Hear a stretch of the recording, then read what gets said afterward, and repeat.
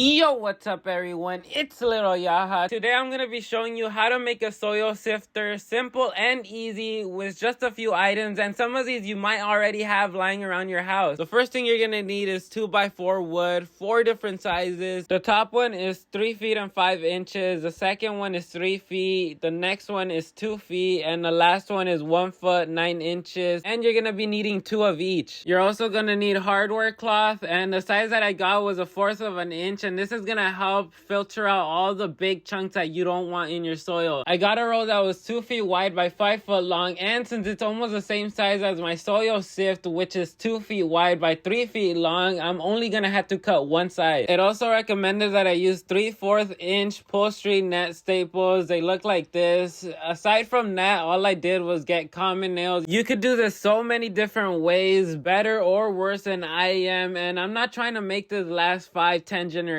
I just want it to last 5-10 years, and this will probably do that. So I'm gonna keep it simple. You're also gonna need some kind of hammer and some wire cutters. The first thing you're gonna need is your 3 foot 2x4s, and you're gonna put those parallel to each other. On top of that, I put a 2 foot 2x4, and I nailed one nail on each side. I was originally gonna go with screws, but I couldn't find the right size I needed, so I went with common nails. I also think common nails are cheaper. If you're on a budget, that's a better option. They're basically the same thing. Screws are supposed to have a better grip on the wood, but either one is fine. I'm gonna hammer a nail in each corner, and you're gonna do that for both sides, and it should end up looking like a rectangle. Once you're finished with that, you're gonna put your hardware cloth on top of it and try to straighten it out as much as possible. It'll make things easier. Next, you're simply gonna hammer in the staples along the edges of the wood to keep things nice, tight, and secure. Fun fact about 2x4s: in 1964, 2x4 stopped being 2 inches by 4 inches and started being 1.5 by 3.5 inches. The point of this was to make more money selling less wood. After I finished hammering in all the staples, I went around and cut all the extra cloth off with my wire cutters. Once you're done with that, make sure you hammer the hardware cloth to the wood so you can avoid it cutting you or scraping you in the future. Next, I'm gonna grab the 3 foot 5 inch 2x4, and if you line it in the center, you should have an inch sticking out of each side, and not only that, but all around. After I hammered in a nail on each side, I got the smallest 2x4, which was 1 foot and 9 inches. You're gonna hammer it in and continue doing the same thing for the other two sides. One of the things you may have noticed is that the 2x4 that I am currently placing is 1 inch smaller. A regular 2x4 is 1.5 by 3.5 inches, whereas this one is 1.5 by 2.5 inches. One of the reasons why I got it an inch smaller is because 2x4s are heavy, and I'm not saying it's like crazy impossible to carry, but it's not something you want to hold around for fun. My second reason is to keep it from being too wide. If you put a regular 2x4 instead, it would be 2 inches wider on each side. I got this pre-cut 1 inch smaller, and it was also cheaper. So technically, after you finish putting in all the staples, you could have considered this done and started using the soil sifter, but the whole purpose of adding a second set of 2x4s is to hopefully pancake the net in between the wood and better support it by having a tighter grip. Plus, it also covers up the exposed hardware cloth and staples. This is how the edge looks, and you can see the 1 inch that's sticking out, and this is actually perfect for me because it gives me somewhere to put my fingers where I can hold it when I'm moving it from place to place. So I don't think there's a right way to flip this and start using it. Regardless, the hardware cloth is in the middle, and it's gonna do the exact same job and filter out your soil no matter what side you use. This is a bag of potting soil that I had around that I will be using for clones personally, and you could use for seeds or seedlings, just depending on what you want. The reason why you need to filter your soil is because if you're trying to grow from seeds or clones, or even sometimes little delicate seedlings won't pop up roots and properly be able to develop them if they have sticks or huge chunks of wood blocking them from being able to absorb nutrition from the soil. If you take a look at the filtered soil, it almost looks like worm castings. It's nice and smooth, and this will also retain a lot more moisture and water, making it a better environment for clones and seeds rather than having big chunks of wood and twigs all up in the mix. Isn't good for root development. Alright, so here's a comparison of both just so you can see how much was actually filtered out and how useful this can actually be. And this isn't only for new potting soil, you could also reuse your old soil by filtering it and re-amending it. It also helps to leave your pots out in the sun. This will dry out the roots and make it easier to remove them. And And if you don't like a plant, you can kill it and reuse the soil. For example, I didn't like the results of this sugarcane and I didn't want the dirt going to waste, so I'm going to reuse it by filtering it and amending it. This is one of the best examples and reasons why you should filter out your soil, because I have no idea how this log got inside my grow bag. And to top it off, there was a baby wipe stuck inside the roots that isn't biodegradable and wasn't gonna decompose anytime soon. Alright everyone, I'm gonna continue sifting soil for another 2 hours. This is gonna be the end of this video. If you enjoyed it, please like and subscribe if you aren't already, so you can get notified every time I post. And as always, remember,